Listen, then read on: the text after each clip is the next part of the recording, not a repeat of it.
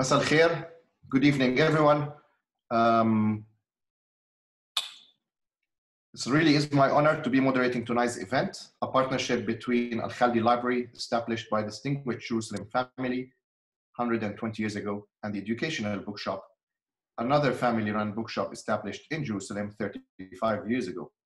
And under the auspices of the Institute of Palestine Studies, the powerhouse of Palestinian academic and intellectuals working to document the social, historical, and political affairs of the Palestinians. On behalf of the above organizers, and from my very humble living room in Jerusalem, I will try to get the best out of the two great minds we have with us tonight. Professor Rashid Khalidi is joining us from New York, and Professor Tamari or Albire, should I be more accurate. Before I move forward, I'm going to ask Raja Khalidi to say a few more welcoming words on behalf of the Khalidi Library. Raja, the mic is yours. Thanks very much, Mahmoud. Thanks to the Educational Bookshop for hosting this and you for moderating this. Of course, nice to see my dear friend Salim and of course Rashid, however far we are brought together by Jerusalem. I want to say a few words before we get into the real substance here about to frame, let's say, this book that has inspired this discussion. And on behalf of the Khalidi Library and the Mutawallis, the custodians of the Khalidi Library in Jerusalem, we, as a public library, which has of course been difficult to maintain, not only in the last situation of Corona, but over the years, except through intensive support from the family and from increasingly from international donors and cultural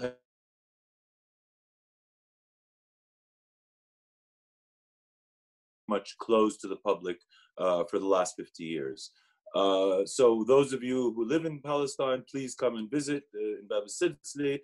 Those of you who don't, we'll very soon be launching a brand new revamped website, which really will give you a very good insight into what's going on and all of the things we're doing. One of the things that we've began last year with the support of the Arab Fund for Economic and Social Development, with IPS implementing on behalf of us, is a publication series, because the library is not only a place where people can come or scholars can consult digital manuscripts, etc., but we increasingly want to be a source, if you wish, of knowledge as well as a repository. And in doing so, we developed this publication series, which we're producing together with IPS. This is the second book, the first in English. The first one was Fada'il al-Quds, done by a renowned scholar about the history of Jerusalem in Islamic view. Anyhow, we're now moving through this book into the next one, which will be coming out in the coming months, a first ever published manuscript by Rashid Khalidi from over 100 and something years ago about Zionism, the first Arab reading of Zionism, edited, you will all be happy to hear, by Professor Walid Khalidi himself, followed by a selection of the translations of Ruhi's many studies from the time that he was such an important figure, not only in Jerusalem, but in the library, I would like to add. So I'm saying that this is our first English language publication, and hence we hope to reach more than just the Jerusalem and Palestinian and Islamic communities, but also the wider international audience for knowledge about Jerusalem and its cultural heritage. Thanks, that's more than enough. Thank you very much, Mahmoud. Thank you very much, Raja, and we wish you the best of luck in your coming work. So we titled tonight's event, The Other Jerusalem, Tomorrow's Jerusalem. And although the official pretext for this event is to launch the edited volume titled The Other Jerusalem, Rethinking the History of the Sacred City, published recently in partnership between the IPS and the Khalidi Library, we really want this to be an opportunity to have a wider conversation about Jerusalem by two of the people who knows the city best. Rashid Khalidi is Edward Said Professor of Arab Studies at Columbia University. He is co-editor of the Journal of Palestine Studies and has served as president of the Middle East Studies Association.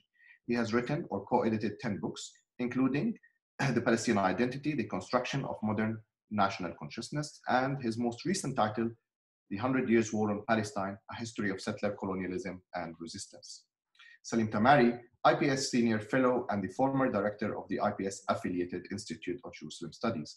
He's a co-editor of Jerusalem Quarterly and the Huwayliyat al-Quds. He's a professor of sociology at Piaget University, and he has authored several works on urban culture, political sociology, biographies, and social history of the Eastern Mediterranean, including the social history of Jerusalem. I will take up my privilege and converse the two authors over four main areas, namely the book itself and what it offers, and the relevancy of many of those writings on today's Jerusalem, and the future of the city in the midst of the spiral wave of the Israeli plans. And last, we will look at the BLO strategy, or shall I say the remaining strategy, in negotiating Jerusalem. After the initial half an hour or so, we will take your questions to the authors. So please write up your questions in the Q&A section, and the capable Laura will filter them to me to present to the authors. We hope today's discussion will be open and informative. We also would like you to, or encourage you to buy the book. It will make a fantastic Christmas present. You can buy it either from the Educational Bookshop website or from the IPS website as well. Two institutions that are worth your support. Let me start with you, Salim. The new publication has 20 contributors. What is the overarching scope of this book? Many published books about Jerusalem. In the recent years, we have seen, in fact, quite a lot that is published about Jerusalem. What is the special at the hand in this book? Thank you, Mahmoud, and thank you for hosting us on this evening. The book celebrates 20 years of work on Jerusalem, published in the Jerusalem Quarterly, and close to 4 or 5 decades of essays on Jerusalem in the Journal of Palestine Studies. So in a way, it's an exhibition showing several decades of research and work and public platform on the city of Jerusalem and its history. History is actually the dominant framework of these essays, although we will be talking about the future as the discussion proceeds. The book covers 4 areas: the physical environment and materiality of the city, history and society, Jerusalem in conflict, and religion and international law. The selection has tried to focus on vistas of the city which are not covered in the enormous amount of material that has appeared so far on the city. But of course, we cannot claim to have monopoly over the truth in this matter. We try to bring features of the city which has been marginalized, which have been neglected, and also which shows alternative discourse to the one that has traditionally been dominated by Zionist discourse. I want to suggest a few of these themes. The framework of the study appears in the first section, which is called Physical Environment and Materiality. It contains an essay by Rashid Khalidi titled Transforming the Built Topography of the City, and another essay by Beatrice Saint-Laurent and Himmet Takshumur, Imperial Museum of Antiquity, which deals with the Ottoman heritage of the city before the museumology introduced by the Mandate authorities. A third essay by Rana Barakat on the pro-Jerusalem society, which deals with the issues of mandate planning and revamping the physical structure of the city, with a special focus on the heritage of Charles Ashby, of a follower of William Morris, and the way in which other planners, including Giddis, the Zionist planner of the city, tried to introduce forms of segregation and ethnic separation under the rubric of preserving the biblical features of the city.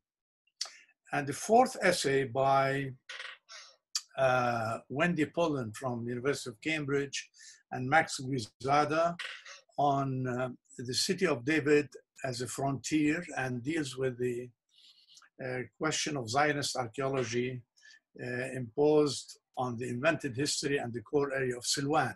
City of David, of course, has been a very prominent features of the way in which Israeli archaeology has tried to appropriate the various layers of heritage in the city, with a focus on the area of the southern slopes towards Silwan. I would say that the overarching conceptual paradigm, which is not always made explicit in this book, is that the history of Jerusalem is a cumulative history in which layers of civilization and cultures have accumulated and reflected themselves in the architecture, in the organization of neighborhoods, in the emergence of various cultural trends. And in a very basic way, it tries to, and this is something that Rashid has actually developed in his first essay, it tries to avoid the whole nationalist discourse on who was there before, who was the originator of the city.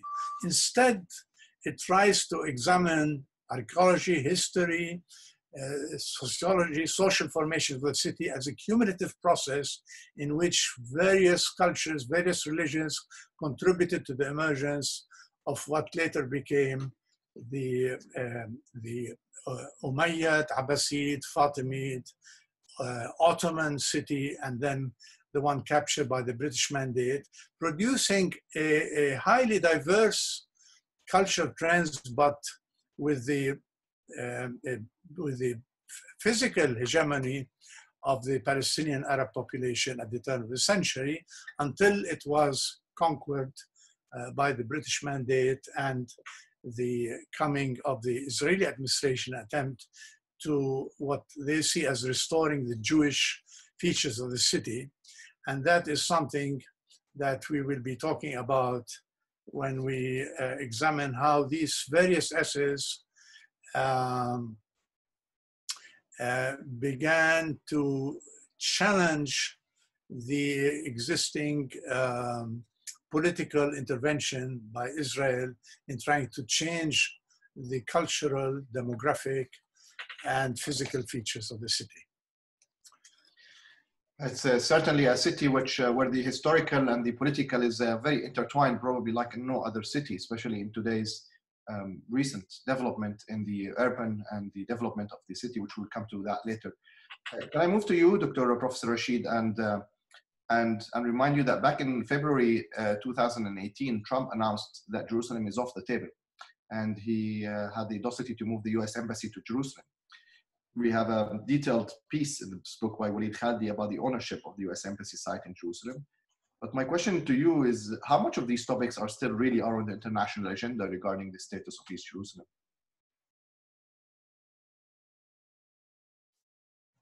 Rashid, you are muted. Sorry. I've been on Zoom for most of my life for the past 10 months, and I still forget to unmute myself. Welcome, everybody, and thanks very much to Mahmoud and the Educational Bookshop, my brother Raja, and the custodians of the Khalidi Library, and my colleagues at the Institute for Palestine Studies for hosting this event. To answer your question, Mahmoud, there are a number of issues that are covered in this book that I think are still very salient in the international status of Jerusalem. One of them is the one that you mentioned, which is the US Embassy. And one of the pieces in this book is an article by Walid al-Khalidi in which he talks about the US Embassy site. And it is it's an in-depth study of some aspects of this question. Clearly, this is still on the agenda, whatever Trump may have said, whatever the Biden administration says. As far as the world is concerned, as far as the United Nations is concerned, as far as the international law is concerned, the issue of Jerusalem is not settled, and it is not off the agenda. The fact that the United States has chosen to move its embassy to Jerusalem, the fact that it seems to no longer recognize that occupied Arab East Jerusalem is occupied or is the capital of Palestine, is frankly irrelevant. It's important in power politics, but it's irrelevant in the international context because almost no other country recognizes that. There are a couple of other articles in the book that I think are also relevant. One of them has to do with Henry Khattan's essay on the status of Jerusalem in international law. And I think that that's still an important topic. And it relates to the issue that you mentioned, Mahmoud, which is the move of the embassy. Whatever the United States does, there are international resolutions on Jerusalem which are still in force and which are well worth paying attention to. The partition resolution of November 1947, UN Security Council resolutions condemning Israel's occupation and annexation are still in force. That's international law. And so I think this article is useful to understanding the background of those things. And those are issues which today I think are going to come to the fore. Whatever Israel wants, whatever the United States wants, they do not determine outcomes in the last analysis. Israel can change facts on the ground, of course, with the support of the United States, and sadly, with the support of Europe, which talks about stopping things Israel does, but does nothing to stop those things, and even more sadly, with the acquiescence of some Arab governments, which have normalized relations with Israel in spite of what it's doing, and whose normalization will do nothing to slow up the bulldozer that has been operating since the city was, the metaphorical bulldozer that's been operating since the city was occupied in June 1967. Another issue that's brought up in the book, and which is touched on in several articles, is cultural appropriation, the seizure of cultural assets, the stealing of books back in 1948, and the archaeological theft that is going on, the destructions of artifacts that are outside of one narrow stratum, which is the subject of obsessive, exclusive interest of Israeli archaeologists. The periods that have to do with Jewish occupation, or what is presumed to have been Jewish occupation at some time in the past, are the only strata of archaeology which interest those archaeologists who control the archaeology in Jerusalem. And so this is a topic dealt with in a couple of works of articles in the book, one by Nazmi Jarbi and another by Gish Amit, talking about cultural appropriation and talking about archaeology, among other things.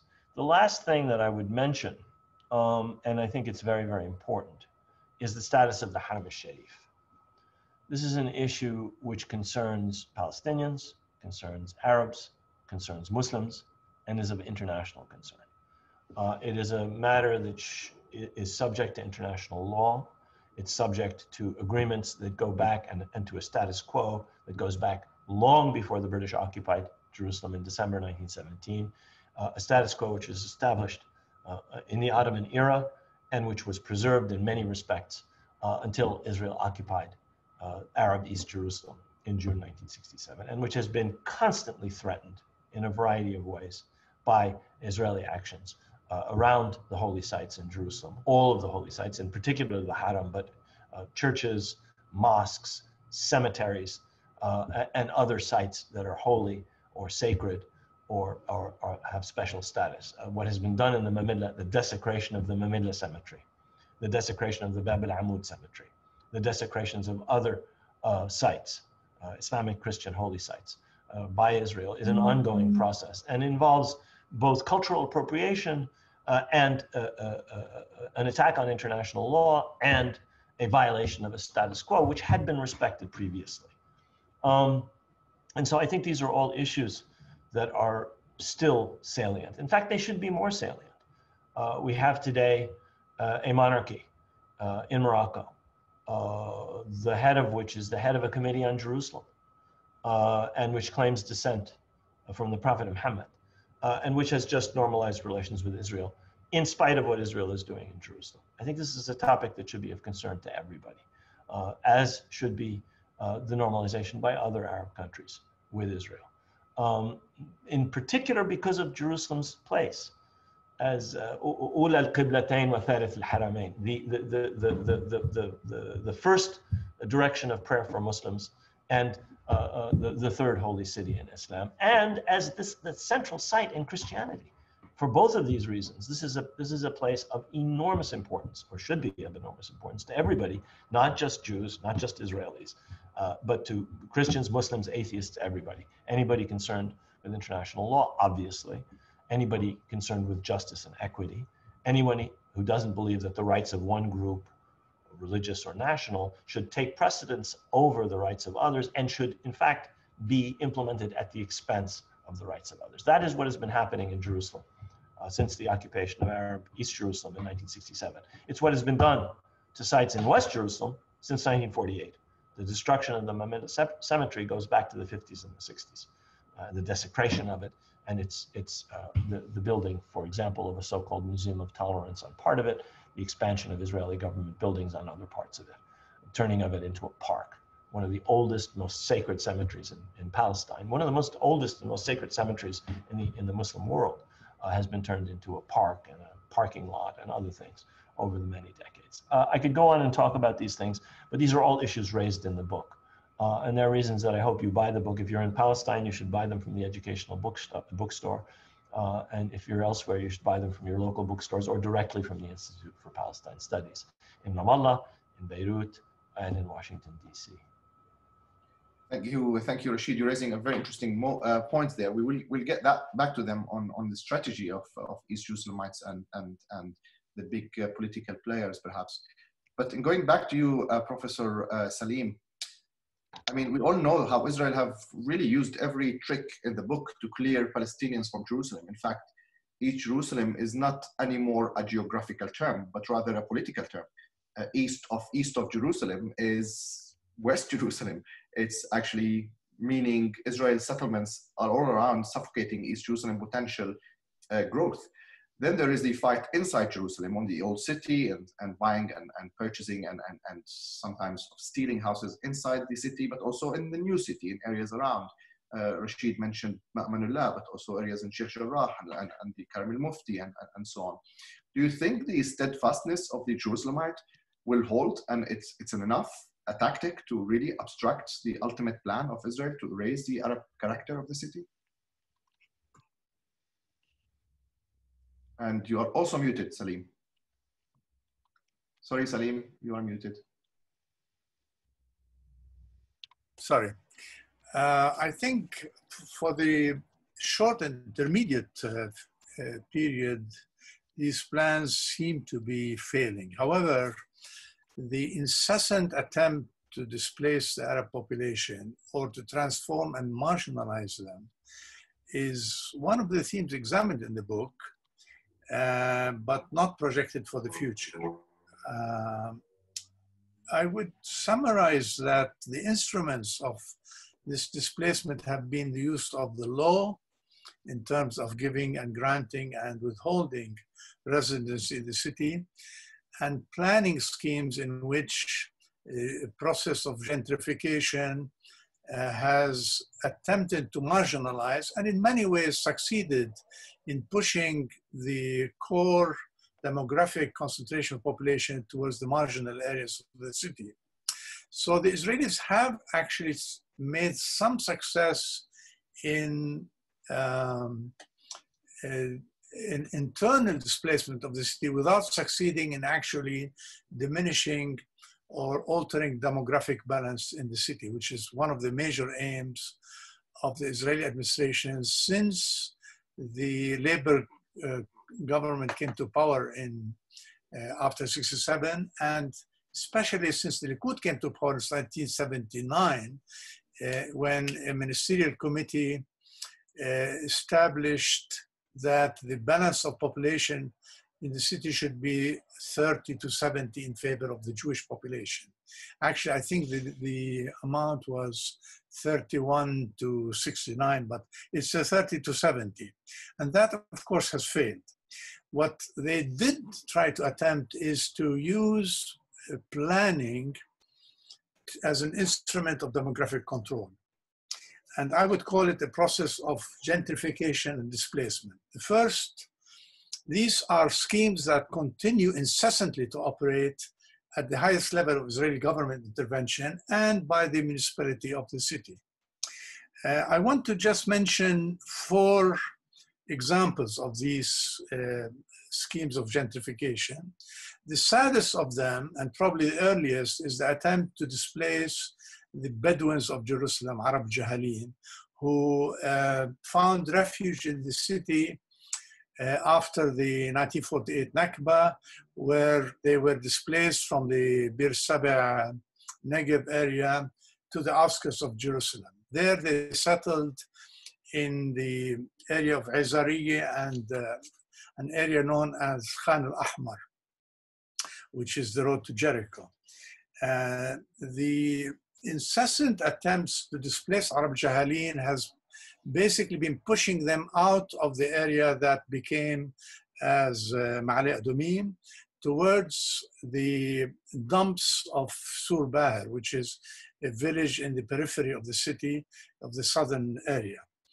And that is an area of extremely toxic environment, toxic in the physical sense of producing poisonous gases and poisonous chemical dumps in which the Arab Jahalin is being pushed. They have resisted that and so far have succeeded in challenging their displacement. A more serious plan is one which was brought to my attention by Rashid Khalidi, which is the master plan for the reorganization of the East Jerusalem Central Commercial District, which was submitted for approval by the government in October 2020, just 2 months ago. And it attempts to reorganize and gentrify an area of 707 dunums in the area of Sultan Sulaiman, Salah ad-Din Street, the hub of the commercial part of the city. And basically what this plan does is try to develop housing and commercial developments in half the area and demolish and displace about 494 units which are deemed to be illegal. Now, you know that in the planning features of the city, the government and the municipality has been withholding granting permission to develop existing structures, whether commercial or residential, and therefore many people, in order to accommodate their own demographic growth, have attempted to build over or extend existing buildings which are now being challenged and being demolished systematically by the municipal government.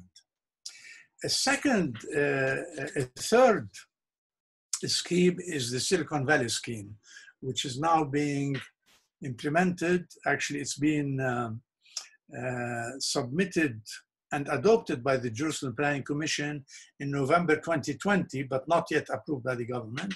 It comes under the rubric of Silicon Valley high-tech developments in the Wadi al-Jawz area, which is the heart of the city adjacent to Musrara. And the idea is to bring startup developments, high-tech, to an area which is basically displacing working class residents of the city and removing them away from Wadi al-Jawz into peripheral areas of the city. That is outside the greater rim of the center of the city to the periphery. And the fourth scheme, which I will not discuss in detail, is the Atarot plan to establish tourist facilities, hotels in the Qalandia airport area. This is a very sentimental issue for me because I grew up with the Jerusalem airport 15 minutes away from my house. And that runway is now being reconstructed as a commercial hub in which any possibility for restoring an airport for the Palestinians will become impossible. What is most interesting about these schemes is that the last two, the master plan for organizing the center commercial hub and the Atarot airport tourist areas are being funded or are being solicited to be funding by the by Mr. Kushner's and Trump's plan to bring Emirate money for investment in the Greater Jerusalem area. So it's very paradoxical that this, at the end of the Trump administration period, Arab money is being solicited to displace and marginalize the Arab population in the inner city of Jerusalem. It's strange times we're living in, Professor Salim. I'll go back to you, Professor Rashid, and taking what Salim just said and take them to the next layer up, if you like, let's talk about the key political powers that really influence Jerusalem within the Palestinian political institutions, namely the PLO. You wrote a book about PLO strategic decisions in the siege of Beirut. You were a close affiliate to PLO. Perhaps you are, out of the three of us, you know more how PLO really think. Do you think the usual mantra, and maybe I'm being very provocative here by using or by calling it a mantra, that's East Jerusalem being the capital of Palestinian or future Palestinian states. Many Palestinians are not so excited, to be honest, about this future Palestinian state after experiencing the existing quasi-authority represented by the Palestinian Authority. What is there left to negotiate? And in the light of the growth of the one-state solution followers within the Palestinian public, what future is shaping up for Jerusalem as you see it? Well, you've asked two really big questions. The first is the two-state framework viable any longer?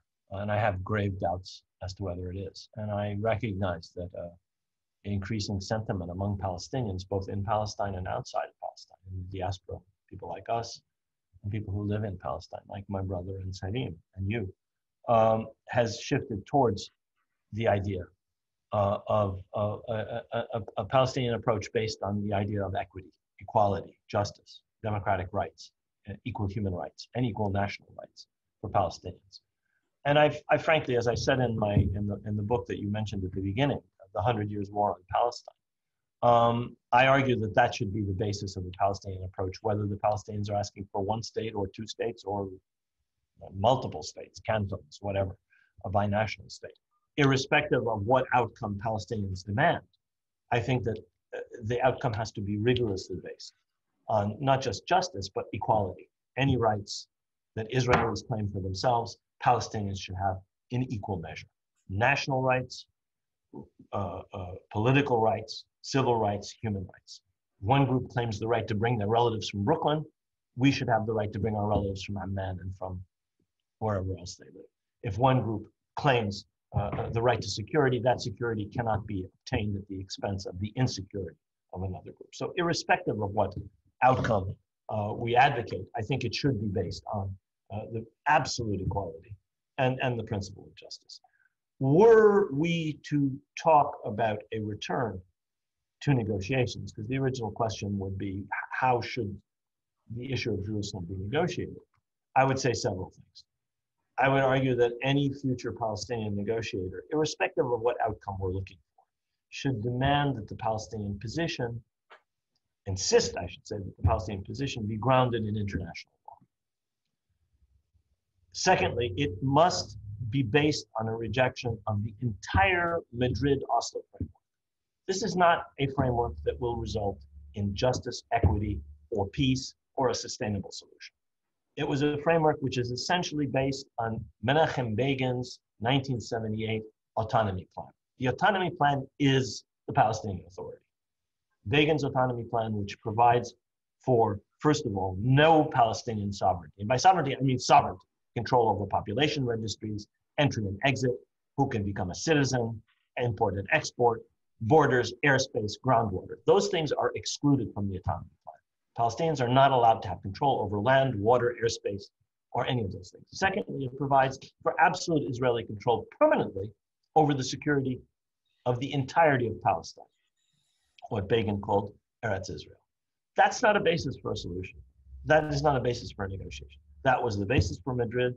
That is the basis for Oslo. That is not a basis any Palestinian negotiator, irrespective of what outcome they might be seeking, should accept. Thirdly, they should go back to doing one of the few things that the PLO did correctly, which would be to launch a worldwide diplomatic and information campaign. The PLO and the PA are dead diplomatically. They do not exist. They have no valence whatsoever. Nobody listens to them. Nobody knows what their positions are. They do nothing. Palestinian civil society has done much, much more through BDS, through student activism, than the Palestinian Authority and the PLO have done over the last 2 decades. They are basically, they don't exist. And it is absolutely vital that there be an authoritative Palestinian voice arguing, I would argue in particular, about Jerusalem. And doing this in terms of diplomacy, but not just in the chancelleries of Europe and in Washington. What BDS has shown, what student activism has shown, is that you get to the chancelleries by affecting public opinion. This is something that in the heyday of the PLO, it really did understand. It reached people around the globe, and that's why Palestine has as much recognition as it does, because of efforts that were made in the 60s and 70s and into the 80s, and then have stopped over the last 20 or 30 years. That is absolutely essential. And it has to be a grassroots campaign. It can't be, I meet with the Secretary of State and I've solved the problem. No, if the Secretary of State or the Foreign Minister is not driven by his own or her own public opinion, you have no effect on that Secretary of State or that minister. That's something that most Arab leaders don't understand. And that's something that certainly the current and recent Palestinian leaderships have not understood. An absolutely extensive grassroots campaign has to be launched around, I would argue, around Jerusalem for specific reasons having to do with Jerusalem. Finally, it has to be said, none of this would be possible. None of this is possible without a wholesale reorganization, revamping of the PLO. The Palestinian Authority is not an authority over the entirety of the Palestinian people. Most Palestinians do not live under the very limited jurisdiction of the Palestinian Authority. They didn't elect it. We didn't elect it. The 2 million Palestinians in Israel, the 6 or 7 million Palestinians outside, we have nothing to do with the Palestinian Authority. It is not our representative. The representative of the Palestinians has to represent all Palestinians. And that means a complete revamping of the PLO. It has to represent the entirety of the Palestinian people. It has to be democratic. It has to be global. It has to be based outside of the iron cage of Israeli occupation. You cannot liberate your country from within a prison. Now, people in the prison play a role in the liberation, but ultimately moving the PLO leadership into Palestine was to put them under Israeli control. Obviously not a move that any liberation movement in the history of liberation movements has taken. Go to the Irish, go to the Vietnamese, go to the South Africans, go to the Algerians. Of course they had activists, of course they had militants, of course they had members of the liberation movement inside the occupied territory. But you have to keep the nerve center and the headquarters outside, because the occupation authority, which has liquidated generation after generation after generation of Palestinian leadership, which has jailed generation after generation after generation of Palestinian leadership, won't let you operate freely. They have you under their thumb. So all of these changes have to take place before anything that I've said, irrespective of whether our objective is one state or 2 states or more, or a different objective, before anything can happen in that regard. And I would argue that it should be focused on Jerusalem. In some ways, Jerusalem is the key, and it has to be based on principles of justice and equity. If anybody from anywhere in the world can come to the Wailing Wall, then anybody from anywhere in the world has to be able to come to the Church of the Holy Sepulchre, to the Church of the Nativity, to the Haram al-Sharif, and to the other holy sites for Christians and Muslims in Palestine. It's absolute, and that cannot be at the sufferance of Israel. I had a student in my office today who told me how she was banned from entry, an American citizen, of course, of Indian Muslim descent. That is why the entire framework has to be thrown out. Israeli security control over Palestine, all of Palestine, is one of the things that Begin's autonomy plan was designed to perpetuate. And every Israeli government that has negotiated this issue since Begin has insisted on that. Olmert, Barak, Netanyahu, Shamir, Rabin, every one of them has insisted on absolute, total, complete, exclusive Israeli security control over the entirety of Palestine. That's an attribute of sovereignty. That has to change. and whether it changes in terms of a transformation of the one-state reality that exists today into a different kind of one state, a democratic state that would represent both peoples, or whether that involves two states, is actually not the most important question. We have recently heard about Hanan Ashrawi resignation from BLO. Right. Let's see if that trigger any rocking the boat from within, and if that has any reflections. I'm going to go back to you, Salim, on the issue of Jerusalem. I mean, you know, Rashid is suggesting that Jerusalem should be the central or focal point of any real change in the future. But there's things happening in Jerusalem that maybe we don't like, or maybe they are a sign of hope. I don't know. I want to take your reading on it. For example, last week, Israel has facilitated or promoted or disclosed a law within the the Ministry of Interior that's young people between the age of 22 can have a speed track to Israeli citizenship within Jerusalem.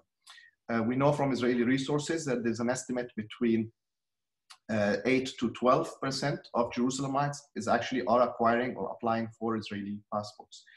We don't know exactly what the Israeli strategy is to speed up Palestinians acquiring Israeli passport or actually obstructing them. There's things to read on both sides. On a Friday or a Saturday, if you live in Jerusalem, you will notice this joke, which is not far away from reality, that 67 Palestinians are leaving Al-Haram al-Sharif on Friday prayers, and the 48ers inside Israel are coming to pray, because the Palestinians in East Jerusalem have a Friday as day off, while the Palestinians inside Israel is Saturday as day off. So the Al-Haram al-Sharif is passed on from the hands of the 67ers to the 48ers. But do you think there is a transition in the social demographic of Palestinians in Jerusalem? They're not seeing themselves anymore 67ers, but they're seeing themselves as 48ers, and they're adopting a strategy close to the 48. I don't know if I'm making sense. I hope so. Yes, I think so. I want to question the whole constellation of demographic nationalism, because on the one hand, it seems that the scheme to marginalize the Arabs and displace them from Jerusalem in terms of the formula established in 1979 by the Ministerial Committee on Jerusalem, which established a rough demographic relationship of 30 to 70, has failed by the sheer hard facts that today the relationship of Arabs to Jews within the greater Jerusalem area is more 40 to 60 than 30 to 70. However, this need not be a moment of celebration if we are adopting a demographic nationalist perspective, because the actual solution to the city, which Rashid has been elucidating a minute ago, is not a question of procreating our way to victory through bed sexual politics. It has to do with actually finding a proper solution based on justice, on equality, and on territorial self-determination. And this is not an easy formula to deal with. Rashid has suggested that the issue of Jerusalem should be dealt with both in its specificity, but also as part of the larger territorial issue. I think it slipped his analysis, the focus on Jerusalem. And by that, I mean that I agree with Rashid that a solution for the future of the city should be based on international law elucidated through, if we want to focus on one single point, it's 242. That is, what applies to the Palestinian territories in the West Bank and Gaza should also apply to Jerusalem. However, which means separation, of course. However, Jerusalem does have its specificity.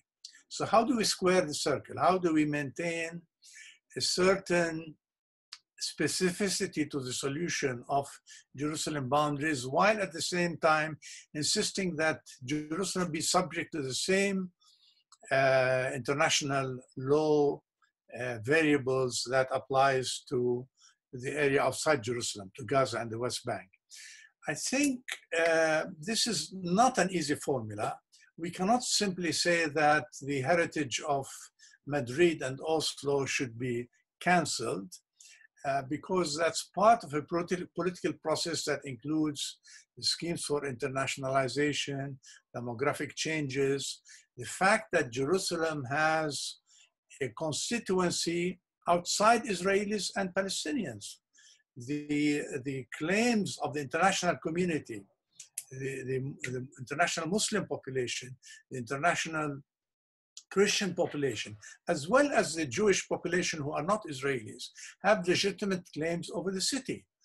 That does not mean that we favor internationalization, but that a special status for the city has to be found, which guarantees access, openness, but mainly self-determination for the Palestinian Arab population and Palestinian non-Arab population in the city within a scheme that addresses these issues. Okay, great. I'm going to open up that to the audience. So please do, if you have any questions. Can I just say something, Mahmoud, before we do that? Please. In fact, I'm going to, yes, I'll ask you to say that. And I want also you, Rashid, to maybe say a few things about how you foresee the upcoming American administrations dealing with the conflict, namely Biden's strategy to the peace process. Yeah, I just want to say a couple of things about what Salim said. I take his point about 242. I think it's a good point that one of the things that 242 would presumably provide for, were it one of the bases of a negotiation, would be that the way in which the West Bank is treated, Jerusalem should be treated as the West Bank is, i.e. it's an occupied territory and it therefore should be evacuated.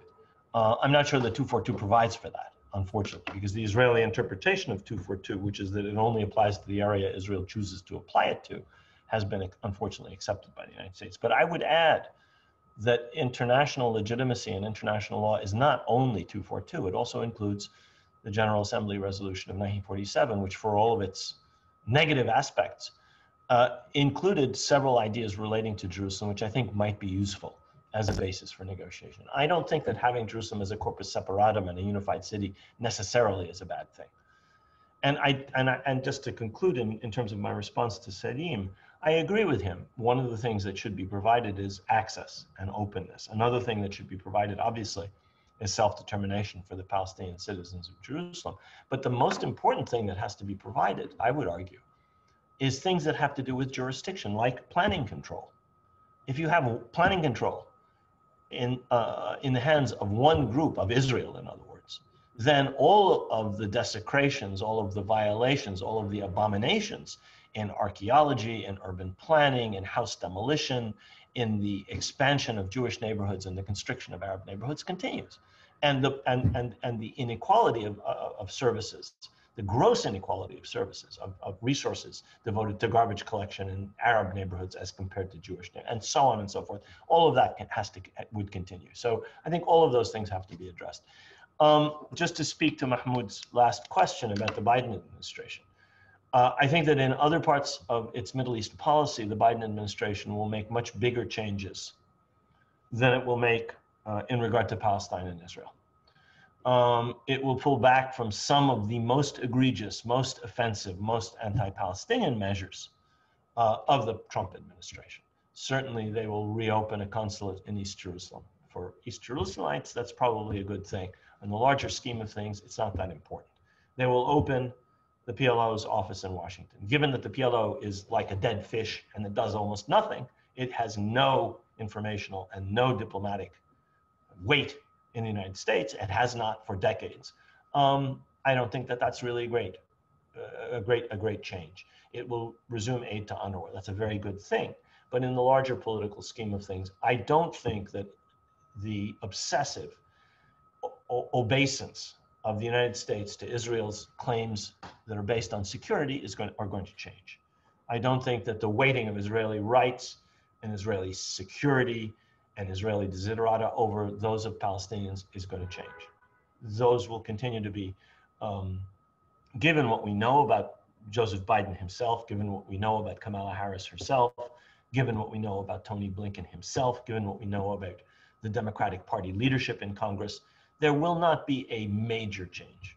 They may go back to some form of negotiations. In my view, going back to negotiations on the old basis is in some ways worse than facing a Trump administration whose anti-Palestinian bias is overt and clear. I think people who ultimately are aligned with an Israeli agenda but pretend that they are going to do something for you are probably more harmful in some ways than people who say, we're going to oppose you and we will only support what Israel supports. That has actually been the American position in practice over multiple administrations, going back to Lyndon Johnson and before. And I don't frankly think that the Trump administration, sorry, the Biden administration is going to be more than Bill Clinton plus Barack Obama redux, i.e. we'll see the third iteration of the way in which the Democrats favor Israel over the Palestinians. I don't expect enormous changes. The last thing I will say is that public opinion in the United States, however, is changing. Congress is changing. Over time, with work at the grassroots level, that can change. It probably won't change this year or next year, however. Jewish Americans are changing as well? Oh, absolutely. There's no question. There's an estrangement of important sectors of American Jewish opinion, especially young people, from Israel. Campuses which have very large proportions of Jewish students, like Brown University, Columbia, Barnard, University of Illinois, Urbana-Champaign, have voted for divestment. And the breakdown of those votes was overwhelmingly supportive, and it included large groups of Jewish American students, as well as others. Yes, there are major changes happening in the American Jewish community. There are many people who are more pro-Israel than they were before, among Orthodox, among some other groups. But there is a deep split amongst many sectors, especially younger people in the American Jewish community, and among American Christians and atheists and others. There's a growing valence of Arab Americans and Muslim Americans who are increasingly getting elected to positions in the state assembly in New York City, to positions, in some cases in Congress, such that we are beginning to see a coalition linked through a sort of intersectionality to African-American Black legislators and groups, to Latinx groups, LGBTQ groups, and so on and so forth, such that this is an effort in the United States which now has a weight much greater than just the Palestinian Americans or the Arab Americans or even the Muslim Americans. It's a much broader coalition today. There are 25 sponsors of Betsy McCollum's bill in the House that will be reintroduced in the new House to halt Israeli abuses of Palestinian minors, to stop the Israelis jailing children. It had 25 co-sponsors, that bill. Every single one was reelected in November. And about 15 more legislators will join Congress who support the same principles. This is unprecedented. There were never 40 people in Congress, or 30, or 3 for that matter, that supported Palestinian rights. That's the beginning of a change. It's not the end. But I think it's very important to keep that in mind. In a recent conversation with the great Noam Chomsky, he emphasized the post-Sanders movement that will also continue to create triple effects. Salim, I have a question here from Roberto Mazze, your colleague and your good friend. And he's asking me and you, but I want to basically comment on the question goes, how do you see money from the Gulf impacting Jerusalem in the future? There's a lot of money coming from the Gulf. Well, I'll be very brief. At the moment, the money supply to the Palestinian Authority has dried substantially over the last period, with the exception of Qatari funding of the ameliorating daily life in Gaza. The money allocated for Palestine by the Gulf has taken a very murky shape lately, in the sense of investments by the Emirates into Israel, and only secondarily in the Arab territories as a way of funneling recycled Israeli investments in those areas. Unfortunately, the way they have been framed by the deal of the century and by Mr. Kushner's and company vision is that these will be shared projects which are aimed at improving the livelihood of the Arab population. And it has been mainly framed as a way of making the Emirati-Israeli scheme palatable. At the moment, the money supply that has been coming after the agreement with the Emirates has been mainly investments and commercial trade between the Israeli sector and the oil sector in the Emirates. And the fig leaf of this being in favor of the Palestinians has not taken any form except by words. How will this change? I can only say that Khalid bin Turki's interview lately to the press, in which he countered the current Emirati policies as well as the unarticulated Saudi policy in favor of a more even-handed policy supporting the return to the King Abdullah plan for peace, is a very interesting development. King Fahd plan. King Fahd's plan, sorry. The Saudi peace plan is a very interesting development, which shows that the demise of Trump may in fact put some brakes on these investments, and in the Saudi case, it may reverse them. It's too early to actually assert this, but it's something to look forward into in the near future. We had the shameful news that actually the Qataris have, sorry, not the Qataris, the Emiratis have bought 50% shares in Bitar Yerushalayim, the sport club that's the most racist in the Israeli sport world. So answering Roberto from my side, I think this money is very much haram by every religion or not that you believe in. And it's Palestinians at this point in East Jerusalem are staying very distant from this money. Salim mentioned the Wadi al-Joz Valley, high-tech valley. There's been a lot of promotion for Palestinians to invest, buy, join. Palestinians in East Jerusalem, at least on the face of it, so far has been distanced from it. But we'll see how it will develop. I'm not on the optimistic side that the Emirati peace deal could change the landscape of the relationship between Israelis and Arabs as a whole, which in counter effect will advance a better relationship between Palestinians and Israelis. That's my opinion worth of this on this. I'm going to go back to Rashid before going to the next question. But once upon a time, Rashid, the Palestinian cause, Al-Qadiyya, was the unification element that brought Palestinians together wherever they lived. Right, and the BLO was the focal point of that constellation, and you wrote a book about the Palestinian identity as well. Do you still think this is still valid? Is it still really this political cause is what bringing together the Palestinians from wherever they lived? I think it does, and I think that culture and art and intellectual production shows that that's the case. We're about to publish an article in the Journal of Palestine Studies, which is based on survey research, and which shows that Palestinian identity has taken different forms because of the divisions into which the Palestinians have been chopped by occupation and ethnic cleansing, but that it continues to play a central role with a different understanding. Given that we're in 2020, we're not in 1970 or 1940, we're in 2020. I would say something else. Sorry. Could we divide this into being the cultural identity of Palestinians is very strong and is a unifying element, while the political identity is pretty much not a unifying factor? I don't know if we can do that. No, I don't think that's true. I think people see it as a cause, but they refract it through different understandings of their identity, I think.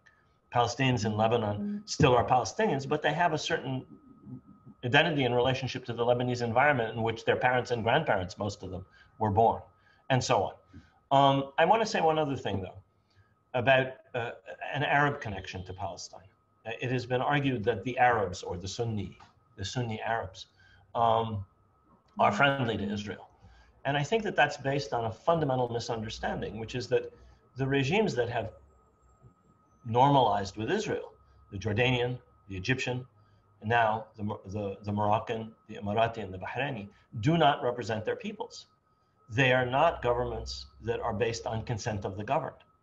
They are not democratic governments. There's no freedom of expression. If you look at the polling that has been done systematically throughout the Arab world, Arabs still think the Palestine cause is important. They still oppose normalization with Israel by numbers in the high 70s and in the 80s over the 11 countries that were surveyed, for example, by Pew or by the Arab Center in Qatar. So the Arabs have the same identification with Palestine that they used to. They are preoccupied by the fact that 4 Arab countries have been destroyed by civil war and external intervention. Libya doesn't exist. Yemen doesn't exist. Syria barely exists. Lebanon is in a state of permanent crisis. Iraq barely exists. People in those countries are struggling with humanitarian catastrophe, internal division, and a situation that prevents them from thinking about Palestine. And we can't blame them. And so I think that unless and until there's a democratic transformation in the Arab world, something which began in 2011 and was aborted, essentially by the intervention of the reactionary absolute monarchies of the Gulf to prevent revolution and democracy from succeeding. And it started again in 2019, and it was aborted more, I think, by the pandemic than anything else. Until and unless that process works itself out, we're going to have a gulf between the rulers and their people. So the kleptocracies that control the absolute monarchies of the Gulf, and they're stealing an inordinate share of the surpluses of those countries, are going to make deals with Israel. They've been making deals with Israel for many, many years. The anti-missile defenses of the United Arab Emirates have been manufactured in Israel for the better part of a decade. Israel has been buying weapons from Israel. Sorry, the Emirates have been buying weapons from Israel for years and years and years. Now it's going to be direct investment. But purchases from Raytheon Israel are purchases from Israel. And that's been going on for a very, very long time.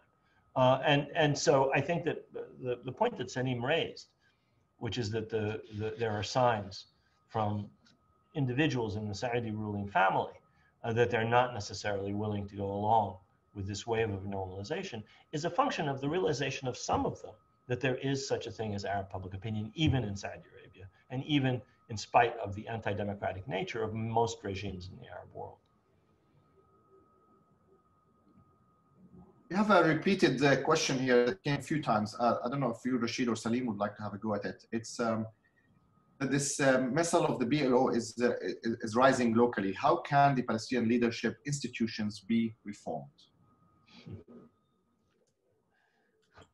I'll leave that first to Salim, and then I'll take a whack at it. Well, you heard that our colleague Hanan Ashrawi has resigned from the executive of the PLO because she had issues with the return of the PLO and the Palestinian Authority to the issue of normalization. Many people saw this as indication that the PLO has come to a dead end. I think it's too early to pronounce the death of the PLO as a viable agency for either resistance or political transformation in the future. The reason for that is because there are no alternative structures that exist. Those that do exist are grassroots, protest, indigenous, mobilizing civil society groups that do not represent the Palestinians at the national or supranational level within the environment. And until that happens, the PLO continues to have not only legitimacy, but I think some viability in confronting the present situation. And therefore, I'm not one of those, I'm not very sympathetic to what Rashid said, declaring the death of the PLO. If that's, I heard you well, because of the lack of this alternative. And I think we should maintain two legitimacies at the same time. One legitimacy for the grassroots groups like BDS and international solidarity groups that have captured the imagination of the youth in Palestine and outside, while at the same time giving important venue to the PLO as being entrusted with the task of uniting the various factions of the Palestinian movement, resisting Israeli schemes, representing Palestinians in the international fora until a more viable representative body comes around. I think you actually did misunderstand me, perhaps because of the hyperbole that I used in talking about the PLO as a dead fish. As I said in my answer to Mahmoud's earlier question, I think that to do anything, it's necessary to have a wholesale reorganization and revamping of the PLO. I think you're right, Simeon. The PLO provides an element of international legitimacy. It's recognized by about as many states as recognize the state of Israel. And that is an enormous achievement of the Palestinian leadership over many decades. And it's the result of a lot of sacrifice. And to throw it away, I think, would be foolish. But to say that the PLO today does anything is false. It is, in effect, a dead letter. I mean, one only has to read Hanan Ashawi's letter of resignation to see that from the inside, she's saying the same thing that I'm saying. It does not represent, unfortunately. It has a legitimacy. It is a representative institution, but which currently does not. It's not allowed to represent.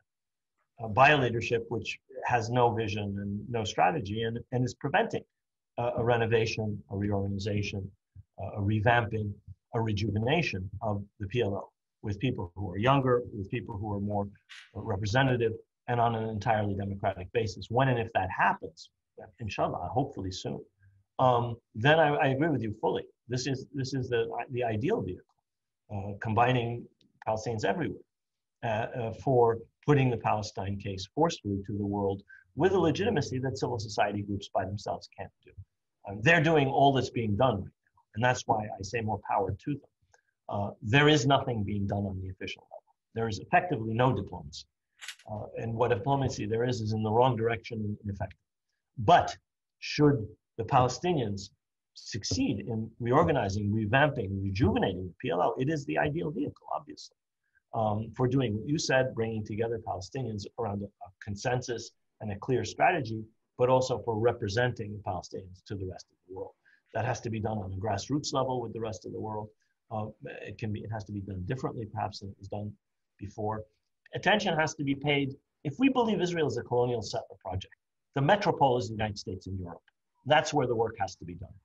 It has to be done elsewhere, of course, Brazil, India, China, Africa, Eastern Europe, but it has to be done essentially in the United States and Western Europe. That is the metro. That's where the trade of Israel is. That's where the money comes from. That's where the arms come from. All of the sophisticated weapon system Israel uses come from the United States. Huge volumes of money, not just $4 billion in military aid, huge volumes of money. You cannot walk around Jerusalem without seeing the name of an American Jewish philanthropist on every building in West Jerusalem. There's no hospital. There's no institution that is not funded by people here in this country. That is why work has to be done here, something the PLO failed utterly to do, even when it was operating efficiently in terms of diplomacy. And that's something that will have to be done when it's rejuvenated and reorganized and revamped. Following on that point, Salim, you wrote a lot on Jerusalem social history and also within the Ottoman Empire. And we all know that once upon a time, Jerusalem was the focal point of Palestinian economy, politics, social and others. And of course, Khalidi Library is a testimony of this gravity for Jerusalem within the Palestinian social, economic and political life. Now, sure, the Israeli policy is pushing Jerusalemites to the irrelevance margin. But do you think that the Palestinian political elites are also contributing to this? I mean, how many of the key players within the BA are from Jerusalem or connected to Jerusalem? And if Jerusalem to be central to the Palestinian politics or central in the Palestinian politics, shouldn't Jerusalemites be also in that making of that reality? Well, I don't know what you mean by political elite. The Palestinian Authority. I mean the Palestinian Authority without getting arrested. Yeah, because that's an important point. The elite of the social elite of Palestine has been dispersed by the two wars of 1948 and 67 all over the world, including in the neighboring states of Syria, Lebanon, and Jordan. And of course, a lot of them made it to the diaspora, where you see people like Rashid Khalidi, and our major intellectual creme de la creme has actually established itself in the diaspora. The political elite that exists in the occupied territory is the elite that was formed in the struggle of the 60s and 70s and found itself compromised by the Oslo Agreement when the PLO came back and established the Palestinian Authority. At the moment, we are seeing a schism, not always very healthy, between the strategic objectives of the Palestinian Authority, what remained of a strategy within the PLO, and the various critical voices of this intellectual elite in the diaspora. And of course, at one level, it's a very healthy schism because it energizes, challenges, and gives way to the Palestinian Authority and the PLO leadership, which is constrained by its various agreements, security and otherwise, with the Israelis. But it also makes it very defensive. And that is why I think we often move in circles when we talk about the articulations of the elite, of intellectual leadership, of people like Ibrahim Abu-Lughod, Edward Said, and now Rashid Khalidi and others, with the political paralysis that we are facing within the existing establishment. I think it's very healthy to have this schism because it allows the diaspora to speak in a voice, not only to challenge the paralysis of the PLO, but also to give it signals and freedom of action, which the bureaucracy of the PLO cannot operate on because of its various dependency of external money and its security relationship with Israel, which has been restored now. But it is a trap, and I don't know how to break this trap. It's easy to say that BDS and activist groups show the way, but actually these groups do not have a political strategy for Palestine that can lead us. And until that happens, we have to look at this tension as an ongoing process. Rashid, do you have any comments on that? Not really, no. Let's take another question. Okay. A lot of questions we're receiving is generally about general Palestine topics, so I'm going to allow myself to go beyond the scope of the book and Jerusalem. A lot of the questions came on the Israeli civil society, and the definition of what is an Israeli civil society. Of course, organizations like Elad and their ugly work in Silwan and City of David is very obvious to everyone, and they categorize as civil society, and actually within the Israeli system, they are taking the privilege of being a civil society. How such organizations can be contested, and how the Palestinians can create a counterpart to these kind of organizations? We have the Islamic Waqf, which may be worth commenting on. Yeah, I mean, that's a good question. And I leave aspects of relating to the situation inside Palestine, maybe to Salim. But those organizations are part of an international set of internationally connected groups.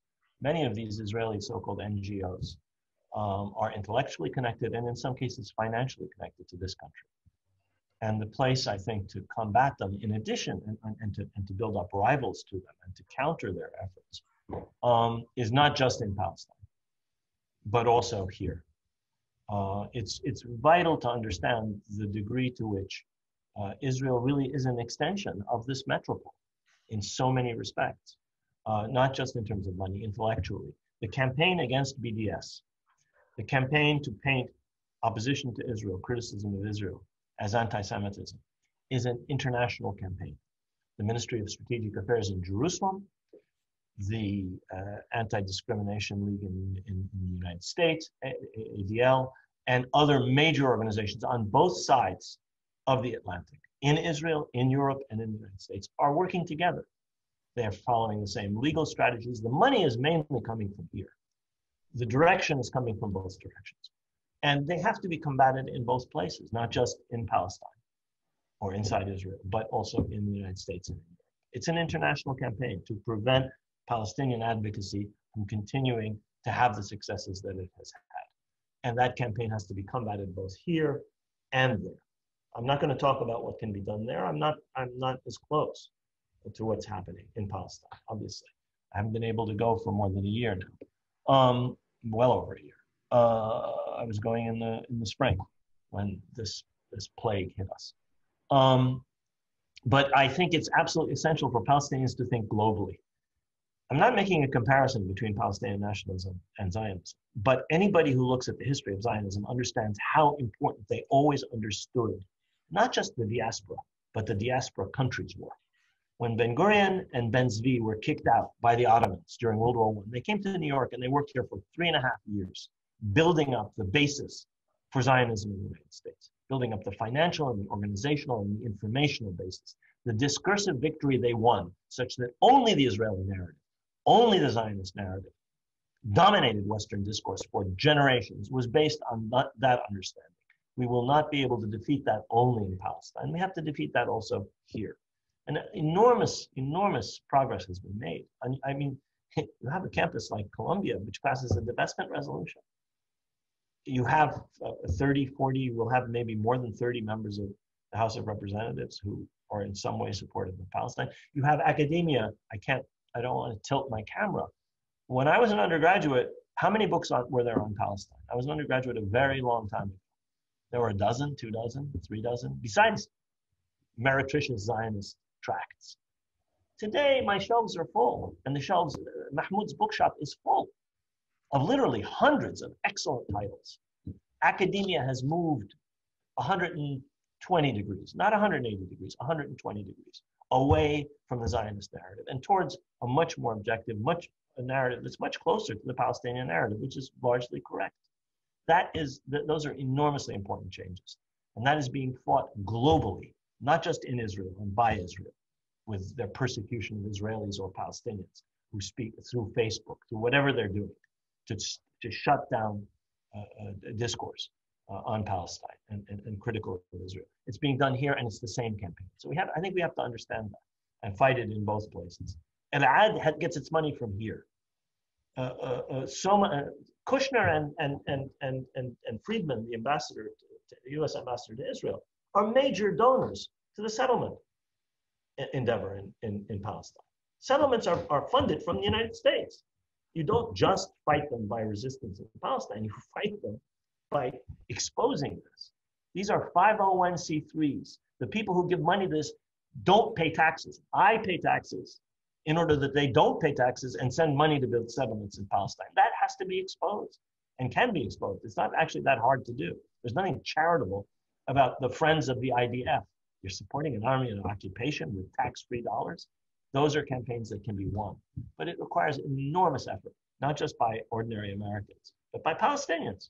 And there has to be a Palestinian, as Salim said, it's not enough to have civil society. You have to have leadership, strategic vision by a unified Palestinian national movement that has come to a consensus, a Palestinian consensus, inside and outside, on what we want and why we want it. And it can explain it in simple language, in every language of Europe, America, and the third world, to the people we want to win over. It can't be a 37-paragraph Arabic dibaji, followed by paragraph after paragraph. It's untranslatable, incomprehensible. Those are our political pronouncements. It has to be clear, simple, and straightforward. This is why justice demands X, Y, Z for the Palestinian people. And that has to be the basis of our strategy. And that has to be put to people here. And then campaigns based on that have to follow. I'm sorry, I've gone on too long. No, that's, I don't know if Salim, you have something to say about the Islamic Waqf. I mean, today, King Abdullah of Jordan asserted the Hashemite custodianship of Muslims and Christian sites in Jerusalem. He almost sounded as he was defending it. Do you think MBS is still vying for a role in the Haram al-Sharif? How do you feel about this? Yes, I think, let me say just a small word about what Rashid said about the Israeli factor. The question had two wings to it, one in the international arena and the other one about the Israeli left and Israeli protest movement as potential partners of Palestinians in finding a solution, if I understood it correctly. That part is unfortunately has reached its historical limits. The reason, if you compare our situation with what it was 25 years ago, you see that within Palestine emerged national forces, both in the center within Fatah and on the left, which saw on the Israeli left allies in the common struggle for the future of Palestine, either through one constituent nation or a binational nation or as two separate states. Since then, the Labour Party, which was the main centrist, center-left force, has been totally consumed by nationalism and has collapsed as a viable political force within Israeli politics. And the social democratic left has also been reduced almost to a very minor factor, much smaller than the combined fourth of the United list of the Arab-Israeli left. So we have a very unfortunate situation where we have to rely on international intervention by Jewish progressive forces in Europe and in the US to move this Israeli component in favor for peace than on internal contradictions within Israel. How will this change? It's not clear, but the settler movement, I think, has succeeded in neutralizing the Israeli left and making it potentially not a force to ally ourselves with in finding a solution. I should add that the Palestinians themselves engaged in forms of nationalism that contributed to the marginalization of the Israeli opposition by writing it off as part of the Zionist scheme, and we should not discount this factor. As for the Waqf, it's a very sensitive issue because the Saudis now are making claims on the Jordanian turf, meaning that they are making claims for representing the rights of Muslims in Palestine, in Jerusalem, within the context of Waqf administration, which so far has been primarily claimed by the Jordanians, who are the chief custodians of the holy places, and the Moroccans. We should not forget that the King of Morocco and the Moroccan state is the sponsor of the International Conference for Islamic Jerusalem. The Saudis are making this claim not because of their deep faith in their rights in defending Islam in Palestine, but because they badly need Islamic legitimacy given the sad affairs which Crown Prince had found himself after the Khashoggi affair and the increased isolation of the Saudis, not only in the Western world, but also within the Islamic world. So the Waqf administration is a feather to be sought to ameliorate the Saudi situation. I don't think it will go very far unless the Saudis are willing to ally themselves with other Islamic forces and with the Americans in this pursuit, but I don't think it's going to succeed. Rashid, do you want to comment briefly on this changing of guards in the regional, in the Middle East? I think we should all be watching very carefully what happens inside Saudi Arabia. And we should be watching, because I think that some very strange signals have been coming. Salim mentioned Turki Faisal's statements recently that were amply reported and show that there are clearly some differences within the royal family. Now, whether these actually have to do with Palestine or whether they have to do with the issue of the succession is not clear to me. There have been other very strange reports coming out of it.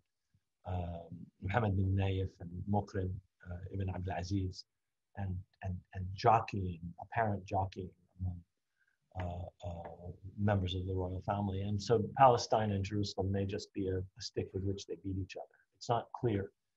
As Salim said, I don't think that the Saudi position on Jerusalem is driven by faith or belief, iman. It's driven by other considerations. And it may have to do with issues between the Saudi royal family and the Emirati royal family. It's not at all clear to me. But I think that Salim is absolutely right. I think the issue of control over the Awqaf and the Waqf in Jerusalem is a matter of supreme importance. And Jordan clearly feels under enormous pressure. I think that the Moroccan normalization increases that pressure.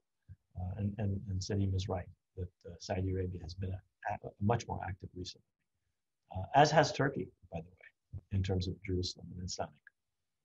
Yes, Turkey is an important claimant because at the moment, the Erdogan government has made implicit and sometimes explicit claims for Turkey's right in Jerusalem and in the holy places as being the patrimony of the Ottoman state, the last major Middle East government to be in control of Palestine. And the Turks have been very clever in this. They have invested a lot in restoring religious artifacts, archaeological sites, and public monuments, which Sultan Abdul Hamid started in Palestine. Whether they will try to restore the Hijazi Railroad again is something we've seen, but that is another holy relic that is to look forward to. Well, Salim and Rashid, thank you very much for your time and for making this event possible, informative and thought-provoking.